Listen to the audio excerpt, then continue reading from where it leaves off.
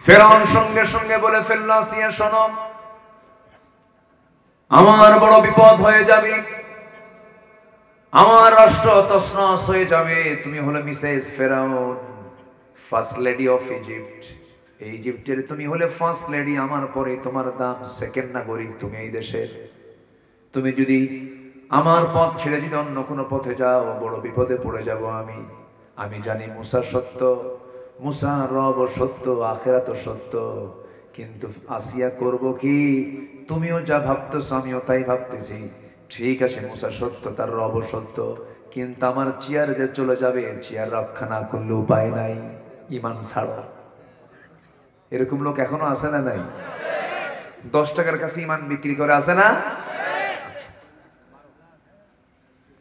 আসিয়া আলাইহিস সালাতু ওয়াস সালাম বলে ফেললেন, আমার স্বামী, আপনি আমাকে দিয়ে কি করতে চান জানি না, তবে আমি আপনাকে মহব্বত করি।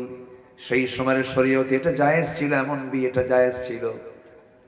নূহ আলাইহিস সালাতু ওয়াস সালামের বউটা ছিল কাফেরা, লূত আলাইহিস সালাতু ওয়াস সালামের স্ত্রী ছিল কাফেরা। সেই সময়ের শরীয়ত এটাকে এলাও করেছে, কিন্তু এখনকার শরীয়ত মুশরিকা কোন নারীকে বিয়ে করলে বিয়ে হবে না, জায়েজই হবে না। সেই সময় এটা জায়েজ ছিল। আসিয়া আলাইহিস সালাতু ওয়াস সালাম শেষ পর্যন্ত বলে ফেললেন, স্বামী আমার, আপনি আমাকে কি বলতে চান জানি না, তবে আমার মুখ থেকে চূড়ান্ত কথা শুনে নেন। আমার প্রতি অত্যাচারের মাত্রা যত তীব্র থেকে তীব্রতর হবে, আমার ঈমান তত মজবুত থেকে মজবুত হয়ে যাবে।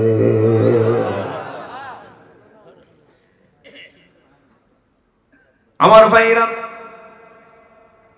বিশেষ করে এই আসিয়ার কথা যখন আমি শুনি, আমি যখন মনে করি ইমানদারের জীবনে যতগুলো পরীক্ষা হওয়া দরকার, সমস্ত পরীক্ষাগুলোর মুখোমুখি হয়েছেন আসিয়া আলাইহিস সালাতু ওয়াস সালাম। পারিবারিক পরীক্ষায় পড়েছেন, সামাজিক পরীক্ষায় পড়েছেন, রাষ্ট্রীয় পরীক্ষায় পড়েছেন, শেষ পর্যন্ত জীবন পর্যন্ত দিয়ে দিয়েছেন।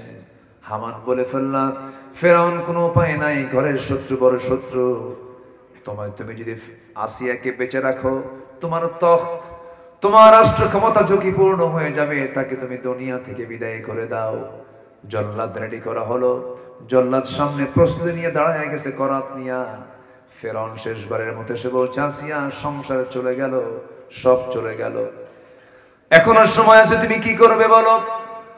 সঙ্গে সঙ্গে আসিয়া আলাইহিস সালাতু ওয়াস সালাম বলছেন, স্বামী আমার, আপনি সর্ব প্রস্তুতি নিয়ে ফেলেছেন, কোনো সমস্যা নাই। একটা কথা আমার পক্ষ থেকে জেনে রেখে দেন, আমি আমার নাকের মধ্যে জান্নাতের ঘ্রাণ পেতেছি। আল্লাহু আকবার। কোরআন যখন তার সামনে ধরা হলো, কপালের সঙ্গে লাগানো হলো, লাগানোর সঙ্গে সঙ্গে ফিনকি দিয়ে রক্ত পড়তেছে। সেই সময় আসিয়া আলাইহিস সালাতু ওয়াস সালাম একটা দোয়া করেছিলেন, সেই দোয়াটা কোরআনে আল্লাহ রাব্বুল আলামিন কোট করেছেন। তিনি হলেন 4000 বছর আগের মানুষ, আর কোরআন নাজিল হলো 1500 বছর আগে। আল্লাহ আসিয়ার দোয়াটাকে এত সুন্দর করে কবুল করে নিয়েছেন, কোরআনের মতো কিতাবে হুবহু তার দোয়াটা তুলে ধরেছে। কি দোয়াটা তিনি করেছেন? রব্বি বিনিলি ইনদাকা বাইতান ফিল জান্নাতি ওয়া নাজ্জিনি মিন ফিরআউনা ওয়া আমালিহি। আয় আল্লাহ তাআলা, তুমি আমার জন্য বানায়া দাও তোমার ঘরের সাথে, তোমার কাছে ইনদাকা বাইতান ফিল জান্নাহ, একটা ঘর আমি চাই তোমার কাছে, কিন্তু সেই ঘরটা অন্য কোনো জায়গায় হওয়া যাবে না, তোমার আরশ আজিমের ঘরের দেওয়ালের সাথে সেই ঘরটা আমার বানায়া দাও। আসিয়ার দোয়াটা দেখছেন কি স্বতন্ত্র দোয়া। আল্লাহ, এত বড় জান্নাত আমার দরকার নাই, শুধু তোমার ঘরের সাথে একটা ঘর দিয়ে দাও। কি মুহাব্বত, কি ভালোবাসা, কি আল্লাহকে কাছে টানা। পৃথিবীতে আপন বলতে কে আছে বলেন তো? আস্তে কয় আরো জোরে, আরো জোরে। তাছাড়া কে আর আছে ভাই? কেউ তো আমার আপন না। যিনি আমার আপন, আলেমে আরওয়াহে তিনি আমার ছিলেন, দুনিয়াতে তিনি আমার আছেন, মরে যাওয়ার পরে তিনি আমার থেকে যাবেন, কিন্তু আলেমে আরওয়াহে আল্লাহ ছাড়া আমার কেউ ছিল না। দুনিয়ার জিন্দেগিতে এসে আমরা বাপ মা পাইছি, ভাই বোন পাইছি, আত্মীয় স্বজন পাইছি, বউ পরিবার পরিজন পেয়েছি, কিন্তু মূলত এরা আমার আপন কেউ নয়। এক্ষণে দুনিয়া থেকে বিদায় নিয়ে নেব, 2 দিন যেতে না যেতে সমস্ত সম্পত্তি নিয়ে সন্তানরা মারামারি শুরু করে দেবে। আমি কি ভুল বলতেছি? সন্তান ভুলে যাবে, সন্তান কবরস্থানে যাওয়ার সময় পাবে না, সন্তান দোয়া করার টাইম পাবে না। বউ কম বয়সী হলে আরেক জায়গায় স্বামী সে পেয়ে যাবে, আরেক জায়গায় বিয়ে হয়ে যাবে। বিয়ে হওয়ার পরে বলবে, মা তোমরা যে সিদ্ধান্ত নিছো আমার বিয়ের ব্যাপারে, আগের স্বামীর চাইতে এই স্বামীটা আরো ভালো, মানে আপনি রিজেক্ট, আপনার কেউ নেই। পৃথিবীটা বড় নিষ্ঠুর জায়গা, একটু চোখ বন্ধ করলে টের পাওয়া যায়। সবচেয়ে নিষ্ঠুর জায়গা হলো পৃথিবী, যার কেউ আমার আপন। আমার আপন মূলত কে? আসতে বলুন, আপন মূলত কে? আল্লাহ। আমরা আল্লাহকে কাছে নেব। জোরে বলি ইনশাআল্লাহ, আরো জোরে বলি ইনশাআল্লাহ। 16টা বছর শুধু ক্ষমতাকে পাকাপোক্ত করার জন্য কত কি করেছে। আল্লামা সাইদির মতো মানুষকে কেমনে ধরে নিয়ে গেল, জেলখানায় থাকলো, জেলখানায় থাকতেছেন, কত কষ্ট করলেন তিনি। 13টা বছর ধরে বিনা কারণে, কোনো কারণ ছাড়াই সর্বোচ্চ রিমান্ডে রেখে, এবং তার বিরুদ্ধে যে মামলা হয়েছিল, যে কথার ভিত্তিতে সেই কথা বলেছিলেন আমাদের রফিকুল ইসলাম খান ভাই। আপনারা জানেন কিনা জানি না, কোন একটা অনুষ্ঠানে ওনার বক্তৃতাকে কাউন্ট করে ধর্মীয় অনুভূতিতে আঘাতের অভিযোগে একটা মামলা করা হয়। সম্মানিত ভাইয়েরা, সম্মানিত বন্ধুগণ, সেই জেলখানা থেকে প্ল্যান করে 2023-এর 13 অগস্ট চিকিৎসার নাম করে সুস্থ মানুষকে ধরে নিয়ে হসপিটালাইজড করে হাসপাতালের বেডে শুয়ে রেখে চিকিৎসার নাম করে পয়জনিং করে তাকে পরিকল্পিতভাবে হত্যা করা হয়েছে। তাফসীর মাহফিলের এই প্ল্যাটফর্ম থেকে সুস্পষ্টভাবে জানান দিতে চাই, যে অপশক্তি আল্লামা সাঈদীকে হত্যা করেছে তাদের প্রত্যেকের দৃষ্টান্তমূলক বাংলার জমিনে শাস্তি দাবি করছি। রাজি আছেন কারা কারা? হাত উঁচু করে দেখান মুসলমান।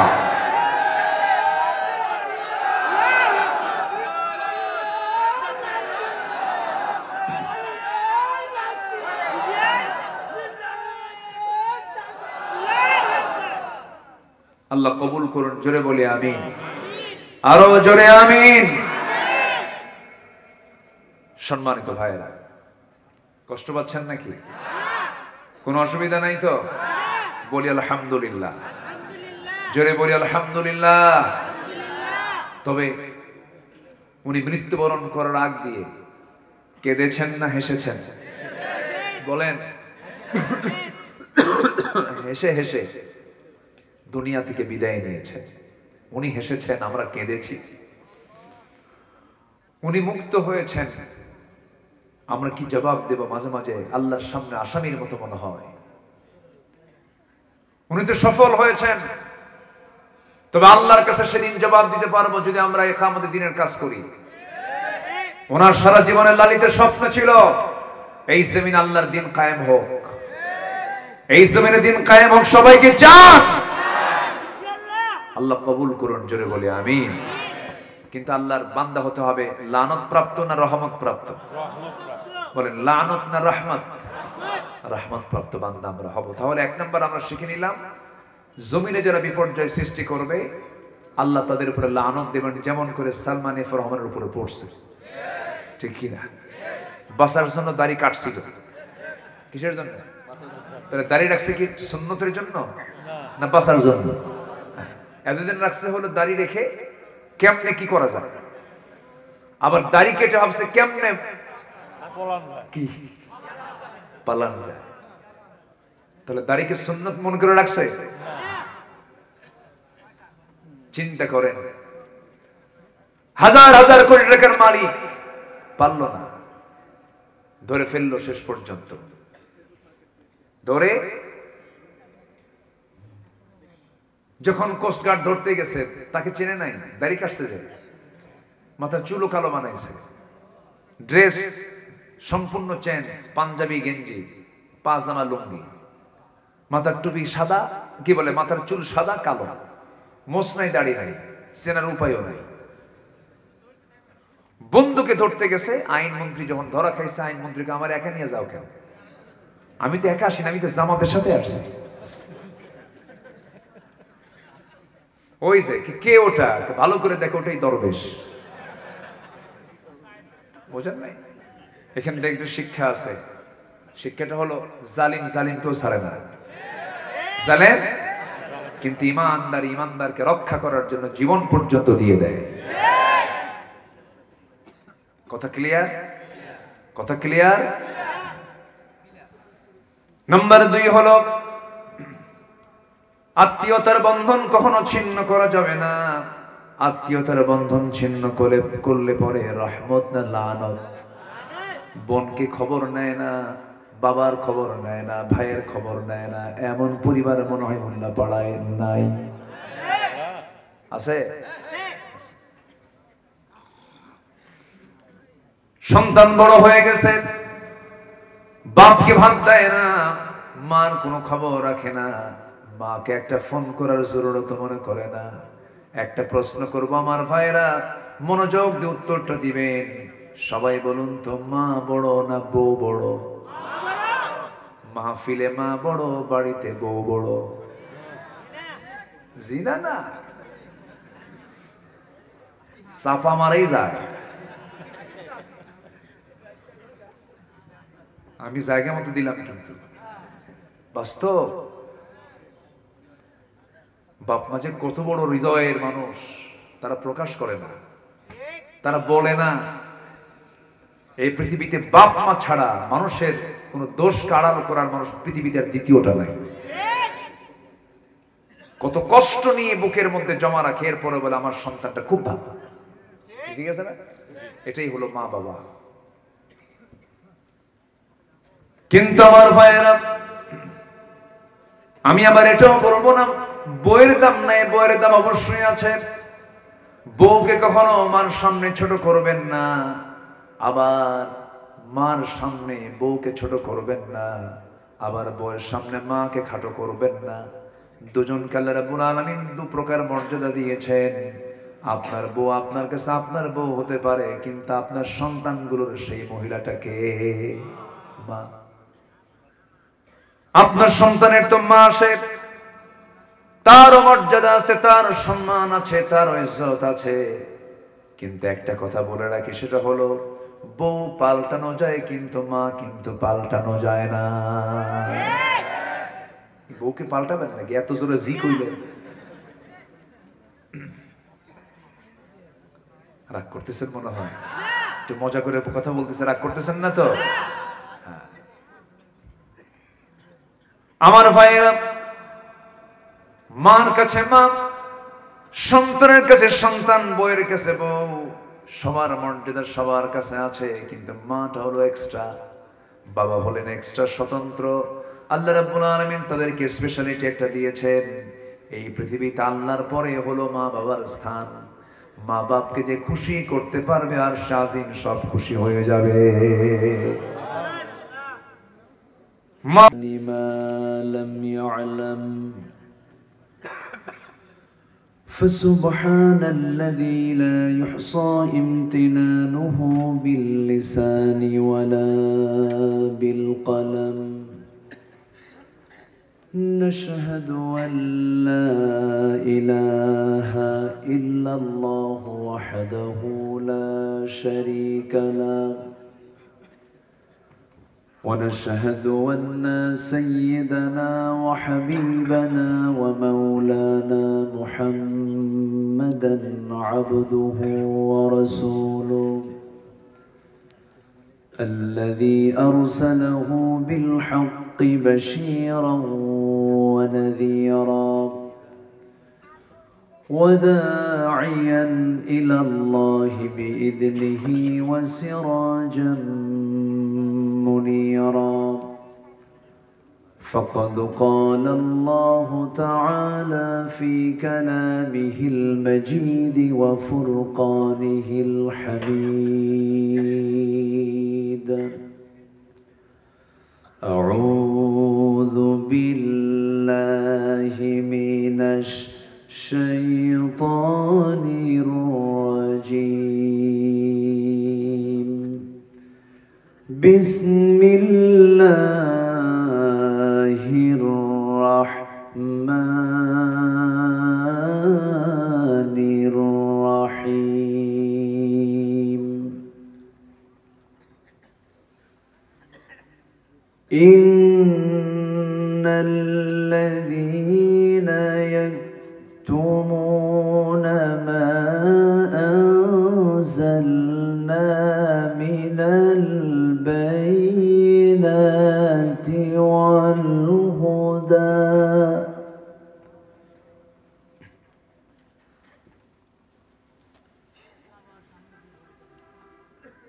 من البينات والهدى من بعد ما بيناه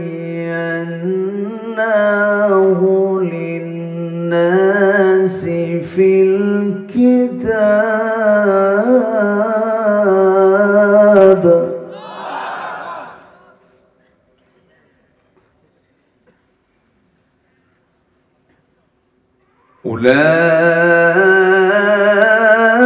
أولئك يلعنهم الله ويلعنهم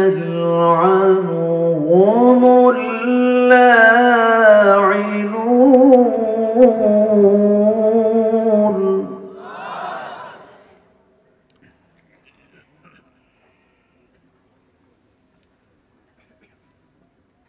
إلا الذين تابوا وأصلحوا وبينوا فأولئك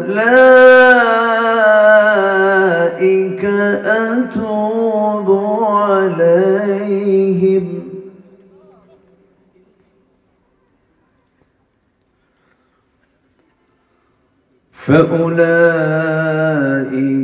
أتوب عليهم وأنا التواب الرحيم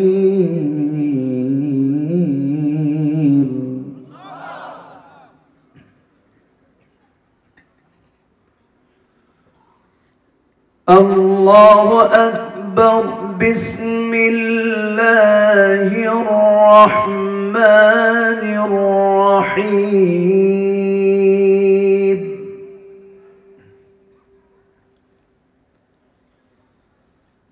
إن الله وملائكته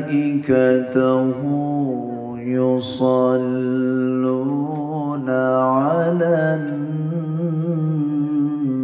النبي يا أيها الذين آمنوا صلوا عليه وسلموا تسليما اللهم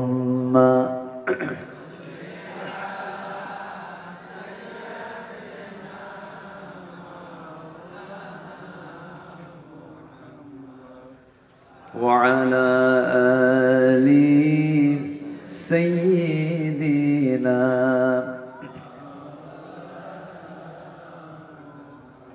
একটু মোহাব্বত দিয়ে নবীর প্রেমে মাতোয়ারা হয়ে আওয়াজ দিয়ে জোরালো কণ্ঠে সবাই বলুন আল্লাহুম্মা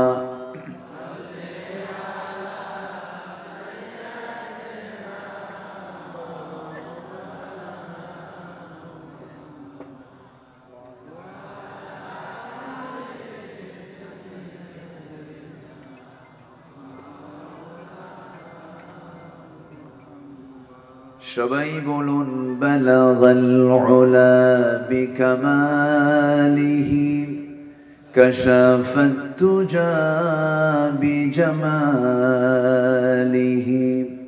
حسنت جميع خصاله سلوا আমি কোরআনের সুর মাঝে শুনেছি যে নাম, আজানের সুর মাঝেও শুনেছি সে নাম।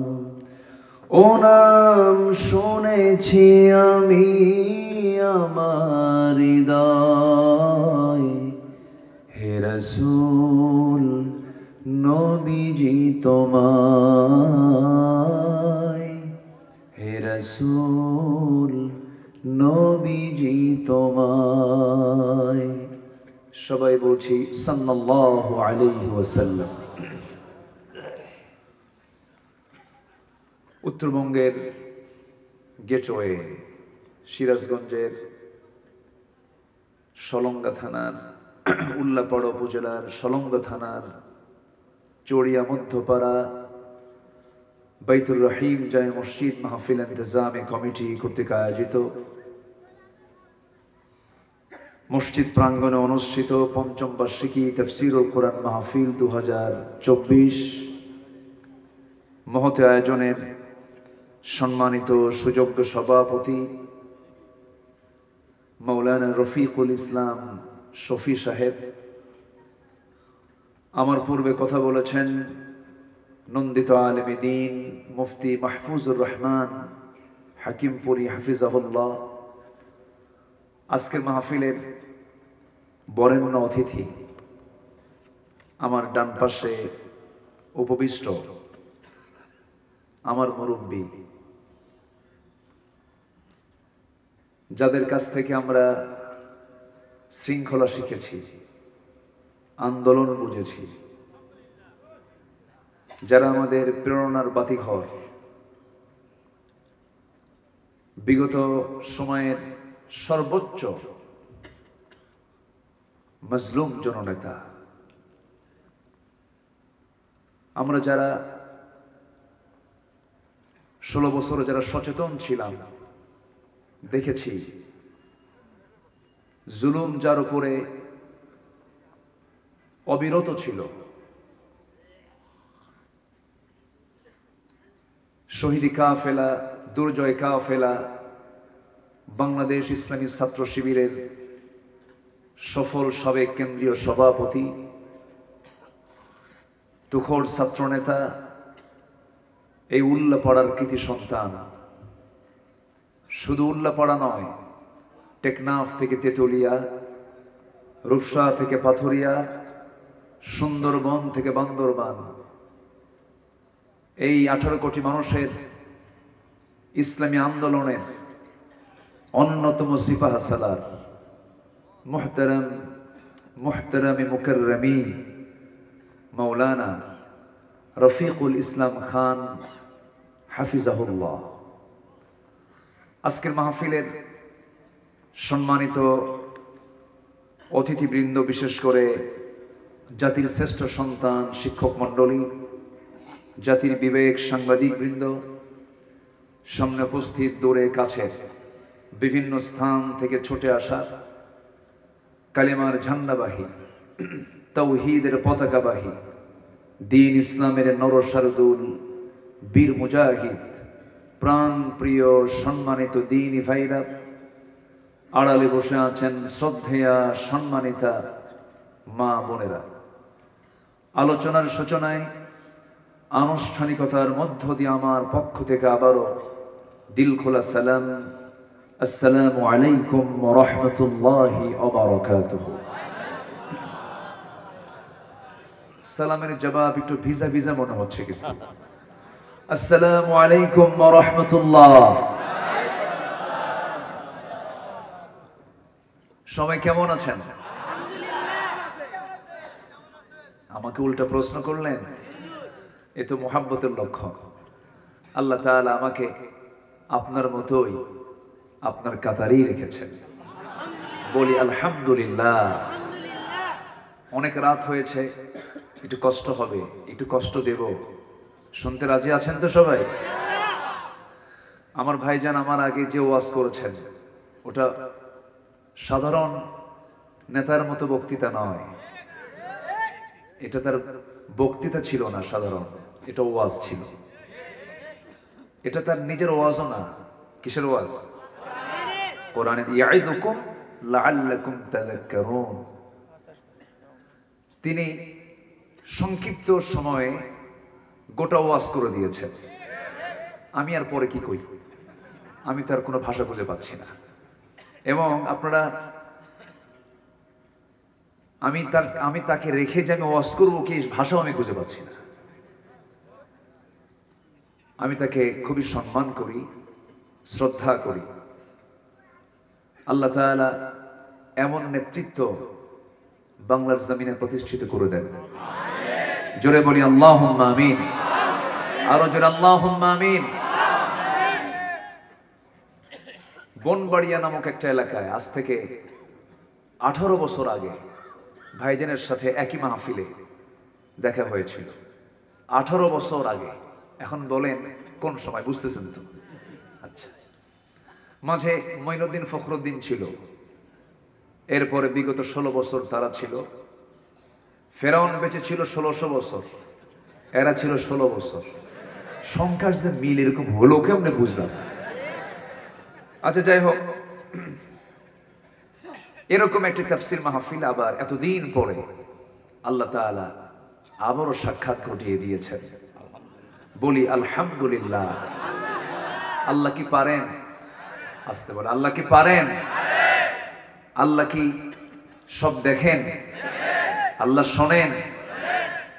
আমরা তো হতাশ হয়ে যাই, আমরা দুমড়ে যাই, মুচড়ে যাই, কিন্তু না। আলা ইন্না নাসরাল্লাহি করিব।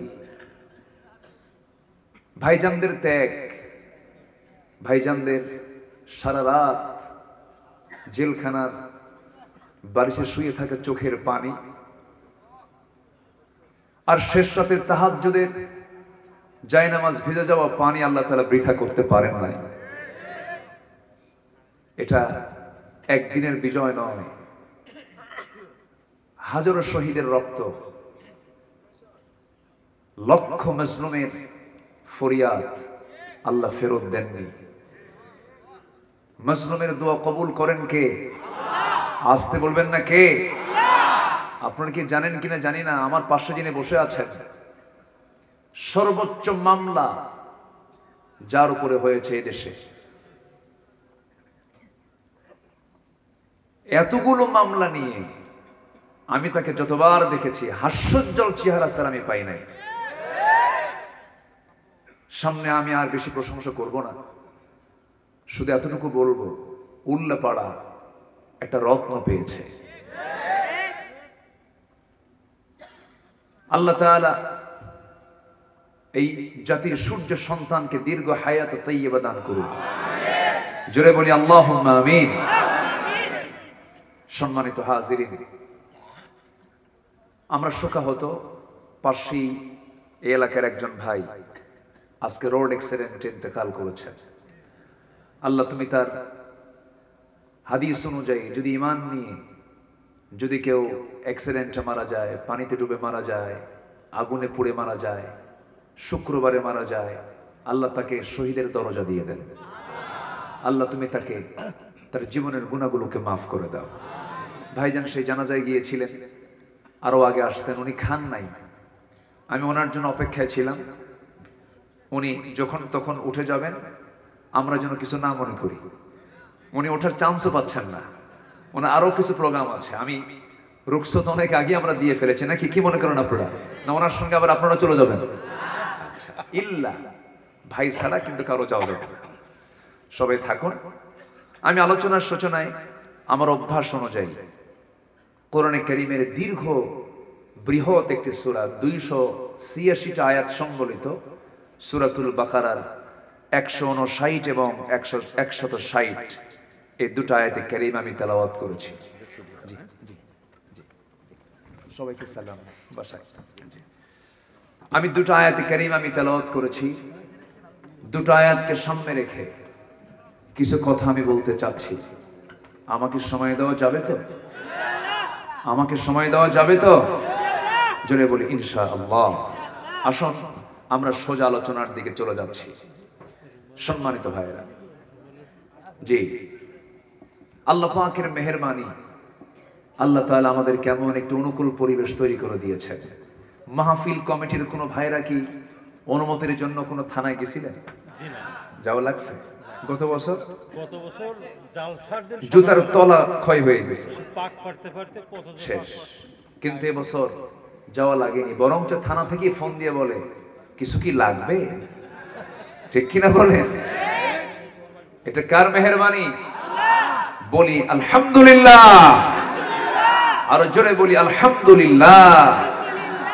আল্লাহ পাক এমন একটি পরিবেশ তৈরি করে দিয়েছেন। সম্মানিত ভাইরা, মাহফিল, মসজিদ কেন্দ্রিক মাহফিল, এমন একটা সরকার আসুক, আপনারা দোয়া করেন সরকারি টাকায় যেন মসজিদ হয়। জোরে বলি ইনশাআল্লাহ। মাহফিল যেন সরকার বরাদ্দ দিয়ে দেয়, মাহফিল হবে। আমরা তখন চাবো না, কিন্তু এখন চাইতে বাধ্য হই। না চাইলে তো মসজিদ হবে না, না চাইলে তো এই মাহফিল গুলো হবে না। এই যে লাইটিং, মাইকিং, হাইটিং, কত কি করতে হয়। তা আমি একটু আপনাদের 2 মিনিট একটু বিরক্ত করি, আমি আলোচনার দিকে চলে যাব। খুব লম্বা সময় নেব না আমি। কুয়াশাচ্ছন্ন রাত, অনেক কষ্ট করে বসে আছেন। একটু যদি ব্যাগ যায়, চাদর যায়, সবাইকে আমরা একটু সম্মান করবো না ইনশাআল্লাহ? এই দ্রুত গতিতে 2 থেকে 3 মিনিট আমার মা বোন যারা আসছেন তারাও যে যা পারেন একটু দিল থেকে যা পারি আমরা সবাই দেওয়ার চেষ্টা করব। আর জিকিরের তালে তালে জিকির করি লা ইলাহা ইল্লাল্লাহ সুবহানাল্লাহ আলহামদুলিল্লাহ লা ইলাহা ইল্লাল্লাহ।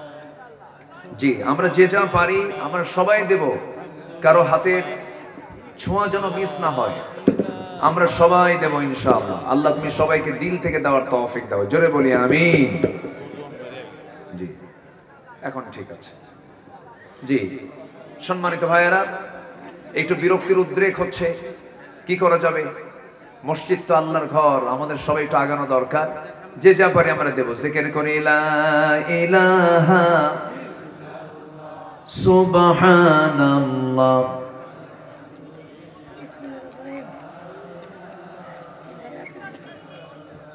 ঠিক আছে, জি, লা ইলাহা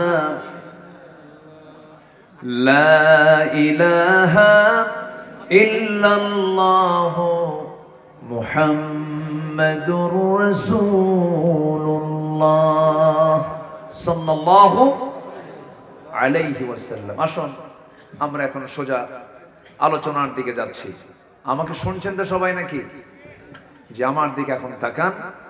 আমরা এখন সোজা আলোচনার দিকে যাচ্ছি। আমি সূরাতুল বাকারার 159 এবং 60 থেকে আমি তেলাওয়াত করেছি। আল্লাহ তাআলা এই পৃথিবীতে কিছু কিছু অপকর্মের জন্য আল্লাহ তাআলা লানত করেছেন, অভিসম্পাত দিয়েছেন। যদি কোনো বান্দা আল্লাহর অভিসম্পাতে পড়ে যায়, তার কি বিপদ না নিরাপদ? নিরাপদ না বিপদ? বিপদ। পৃথিবীর সবার অভিসম্পাত মিস হতে পারে, লানত মিস হতে পারে, কিন্তু আল্লাহ যদি কাউকে লানত দেন, তার কি বাঁচার উপায় আছে? আসতে বলবেন না, উপায় আছে? উপায় নাই।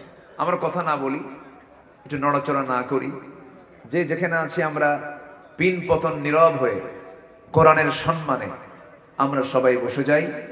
একটু মেহেরবানি করে একটু অ্যাটেনশন প্লিজ, আমার দিকে একটু মনোযোগী হন সবাই। সম্মানিত ভাইরা, তাহলে আমরা আল্লাহর লানত পেতে চাই না রহমত পেতে চাই? একটু জোরে বলতে হবে, লানত না রহমত? লানত না রহমত? রহমত। রহমত যদি পেতে চাই তাহলে আমাকে সেই সমস্ত কাজেই থাকতে হবে যে সমস্ত কাজে আল্লাহ রহমত দিয়ে ধন্য করবেন, বরকত দিয়ে ধন্য করবেন। আর আমি যদি লানতের উপযুক্ত কোনো কাজ করে ফেলি, অবশ্যই লানত অভিসম্পদ বর্ষণ হবে কার পক্ষ থেকে? আল্লাহর পক্ষ থেকে। আল্লাহ তাআলা কোরআনে বেশ কিছু কাজের জন্য লানত দিয়েছেন। আমি আজকে কোরআনের আলোকে 10টা শ্রেণীর উপর আল্লাহ তাআলা লানত দিয়েছেন। 10টা অপকর্ম যার জীবনে হবে আল্লাহ তাআলা তাকে অভিসম্পদ দিয়েছেন। কোরআনে কারীমের মধ্যে আল্লাহ তাআলা সুস্পষ্টতা উল্লেখ করে দিয়েছেন। এটি কিন্তু বড় ভয়ঙ্কর বিষয়। আমি কি আলোচনা শুরু করব? ইনশাআল্লাহ। কারো কোনো আপত্তি নাই তো? বলি আলহামদুলিল্লাহ।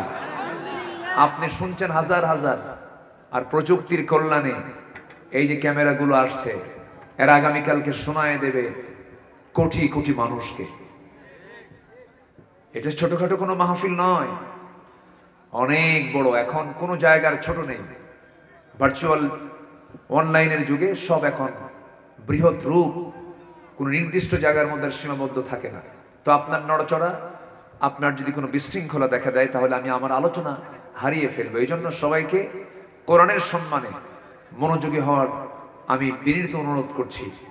তাহলে আমরা সেই লানতপ্রাপ্ত বান্দাদের কাতারে যেতে চাই না।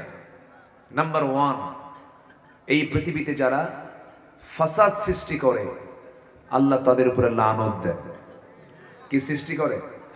ফাসাদ মানে বিপর্যয়, ফিতনা, এগুলো যারা সৃষ্টি করে আল্লাহ তাদের উপরে কি দেন? লানত দেন। এরকম লানত কি আমার দেশে পড়ছে? আস্তে করে কোন দিন বললো? হ্যাঁ পড়ছে? এরকম মনে হয় আপনাদের মনে হয়? হ্যাঁ, দেখেন আয়াত শুধু মিলায় দেব, দেখেন কিভাবে মিল হয়ে যায়। আল্লাহ রাব্বুল আলামিন বলেন,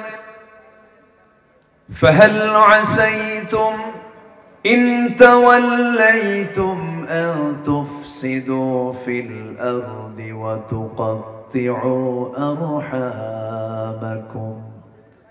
নাম্বার 1, আল্লাহ তাআলা বলছেন যে সমস্ত বান্দাগুলো জমিনে বিপর্যয় সৃষ্টি করবে আর আত্মীয়তার বন্ধন যারা ছিন্ন করবে, আল্লাহ রাব্বুল আলামিন সঙ্গে সঙ্গে জানিয়ে দিচ্ছেন, উলাইকাল্লাযীনা লা'আনাহুমুল্লাহু ওয়া লা'আনাহুমুল্লাহু ফাআসাম্মাহুম ওয়া আ'মা আবসারহুম। সূরা মুহাম্মদ 22 এবং 23 নম্বর আয়াতে মহান রব্বুল আলামিন বলেন, এই দুনিয়ার জগতে যারা নিজের ক্ষমতাকে পাকাপোক্ত করার জন্য যারা ফিতনা সৃষ্টি করবে, মিথ্যা মামলা দেবে, জুলুম করবে, অত্যাচার করবে, রাতকে দিন করবে, দিনকে রাত করবে, আল্লাহ বলছেন এই সমস্ত বান্দার উপরে আমি আল্লাহ লানত নাজিল করি। জোরে বলি নাউযুবিল্লাহ। ফেরাউনকে পানিতে চুবায় মেরেছেন কে? জোরে বলেন আল্লাহ। নমরুদকে ন্যাংরা মশাতে বিদায় করেছেন কে? আবু জেহেলকে নিষ্পাপ একজন নাবালেগ সন্তানের হাতে দুনিয়া থেকে বিদায় করে দিয়েছেন কে? আল্লাহ তাআলা। সে আল্লাহ তো এখনো আছেন, সে আল্লাহই থেকে যাবেন। পৃথিবীর কেউ থাকবে না, আমিও থাকবো না, আপনিও থাকবেন না। আমার আল্লাহর পরিচয় হলো, যারা পারেন ঠোঁট মিলে আমার সঙ্গে বলুন, হুয়াল আউয়ালু ওয়াল আখিরু ওয়াল যাহিরু ওয়াল বাতিন ওয়া হুয়া বিকুল্লি শাইইন আলীম। জোরে বলুন আল্লাহু আকবার। তিনি প্রথম, তিনি শেষ, তিনি প্রকাশ্য, তিনি গোপন। সকল ক্ষমতা একমাত্র কার? আসতে বলবেন না কার? কত বড় দাপট ছিল ফেরাউন, শেষ করে দিয়েছেন আল্লাহ পাক তাকে। এত বড় সন্ত্রাসী ছিল, এত বড় ক্ষমতা লিপ্সু ছিল, এত বড় ক্ষমতা লোভী ছিল, ক্ষমতাকে পাকাপোক্ত করার জন্য নিজের স্ত্রীকেও হত্যা করতে দ্বিধা করে নাই। কোন শয়তান বলেন? কে বলেন? কে? ফেরাউন। চিন্তা করা যায়? ক্ষমতা, ক্ষমতায় থাকতেই হবে, বউ শুদ্ধ আউট, বউকে রাখে নাই।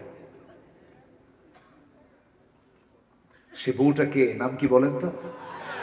আল্লাহু আকবার। সবাই তো ওয়াজ পারেন, আমি আর কি করব? সিরাজগঞ্জ তো এটা, তাই না? সিরাজগঞ্জের মানুষ ইসলাম প্রিয়, ইসলাম জানে। আলহামদুলিল্লাহ বলে, জোরে বলি আলহামদুলিল্লাহ। অনেক মহিলা আছে বলে, হুজুর আমার স্বামী ভালো না, আমি কি আপনার স্বামী কি ফেরাউনের মতো? আমি এই কথা বলি, আসিয়া ফেরাউনকে নিয়ে সংসার করেছেন, এটা একটা মডেল না বলেন তো? এত জঘন্য একটা মানুষ, তার সাথে তিনি সংসার করেছেন। মা, এটা আপনার জন্য একটা মডেল হওয়া উচিত। স্বামীকে ভালো করার দায়িত্ব আপনার। আপনি পারবেন আপনার স্বামীকে ভালো করতে অথবা খারাপ করতে। কারণ স্বামীরা কার কথা শোনে? মনে হয় কি শোনেনি না, মনে হয় আপনারা না, ভাবসাব তো অন্যরকম মনে হচ্ছে। বইয়ের কথা না শুনলে সংসার হবে? শোনেন না? ওই যে শোনে, আমিও শুনি, সবাই শোনে। না শুনলে তো সংসারই হবে, সবাই শোনে। বইয়ের কথা না শুনলে উপায় নাই তো। বইয়ের মতো বড় দারোগা পৃথিবীতে নাই। যদি বউকে সাথে নিয়ে রাস্তায় যান, একা গেলে অন্য কোনো মহিলার দিকে আপনার নজর গেলে সমস্যা নাই, হয়তোবা আপনি ভাববেন, কিন্তু বউ পাশে আছে, যদি আপনার নজরও যদি কোনো পরনারীর দিকে 29 সেকেন্ড যায়, কিচ্ছু কমে না রাস্তায়, বাড়ি আগে যা। সন্ধ্যার পরে যখন ডাক দিবেন, ঝর্ণা তোমার ঝর্ণা, তুমি ছায়া থাকো আরেক দিকে, মহব্বত দেখাও না। এর নামে স্ত্রী।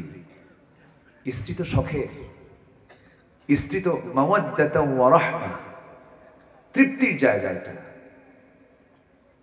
এটার বেহেশতের ফ্লেভার, এটা জান্নাতের ফ্লেভার। এটা ইসলাম কি সুন্দর করে দিয়েছে এই বৈধ সম্পর্ক। বলি আলহামদুলিল্লাহ।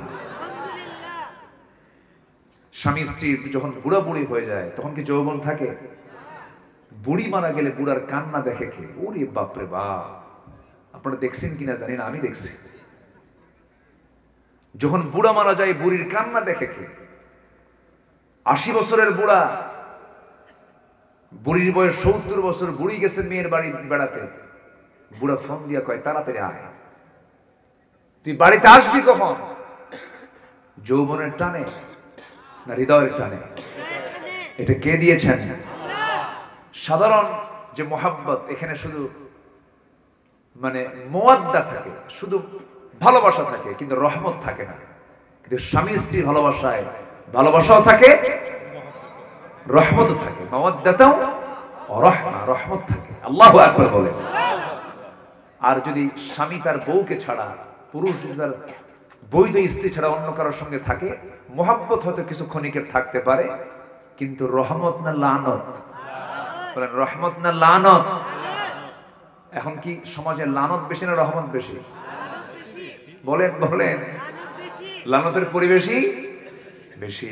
ইউনিভার্সিটির ক্যাম্পাস, কোনো পরিচয় নাই, ছেলে মেয়ে জোড়ায় জোড়ায়, গাছের গোড়ায় গোড়ায় বসে গেছে, সকাল থেকে সন্ধ্যা পর্যন্ত একটাই জিকির, তুমি আমার আমি তোমার।